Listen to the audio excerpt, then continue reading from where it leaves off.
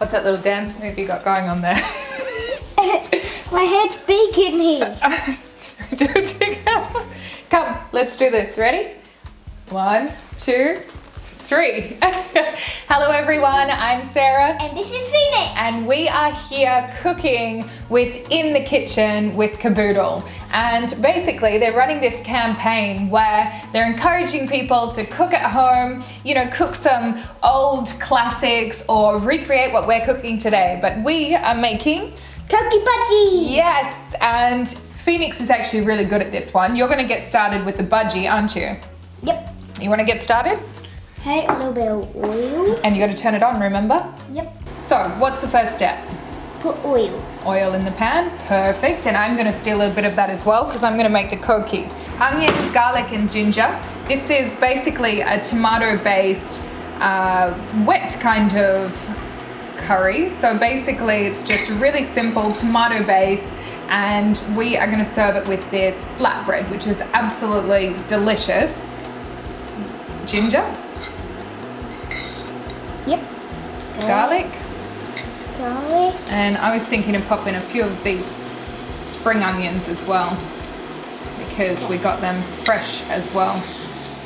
Now I've got my whole wheat flour here, and I've got a little bit of oil. I'm also going to put in a little bit of onion, garlic, and ginger in mine as well. Now for my flatbread, I've got my atta flour, onion, garlic, ginger, and I'm gonna pop in a little bit of water, lukewarm water, and I'm gonna stir this one together. Now you need to get your fingers into it, so make sure that you've cleaned your hands nicely before doing this one, but it's the only way to do it. Now I'm gonna pop in a couple of fennel seeds as well, a little pinch of chaat masala, and some cumin powder as well. Now get your fingers into it nicely, and you'll see that dough coming together. Oh, that looks good. You're getting good at cooking this. Are you enjoying cooking in the kitchen with me?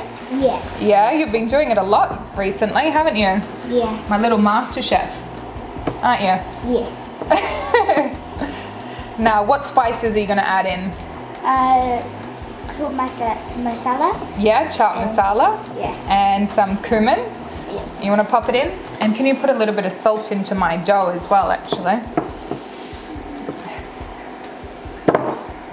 Thank you. Now I need a tiny little bit more water. Got your chaat masala in, and now what are you adding? The cumin. Cumin. Yeah, I can't remember the name of it. Yeah. Amazing. You want to put a little bit of fennel seeds in as well? Yep. You just need to knead that dough together a little bit, just so it comes together really nicely, and I'm going to let that sit for a couple of minutes. So we just want to reduce this down now, and until it comes to quite a thick consistency. Now while you're doing that one, I'm actually going to roll out these kokhis. So they're a little bit of a thicker flatbread, so we want these to cook in the pan with no oil, and we want them to get a little bit crispy. Now I've rolled out this flatbread, it's really simple. Now I'm going to pop it into my medium heat pan.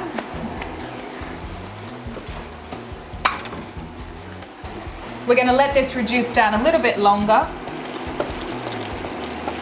on the back stove, but while that's happening, we're going to get started on our poached egg.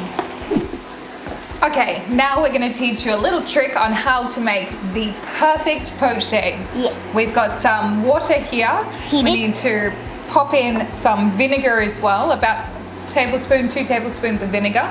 Pour that one in. All of it? Yep. Now we want to get this one to a rolling boil. So turn up the hot plate. So we see those little bubbles, and we're going to create a little whirlpool to drop our egg into the center. That's looking good. Ready for it? All right, let's do it.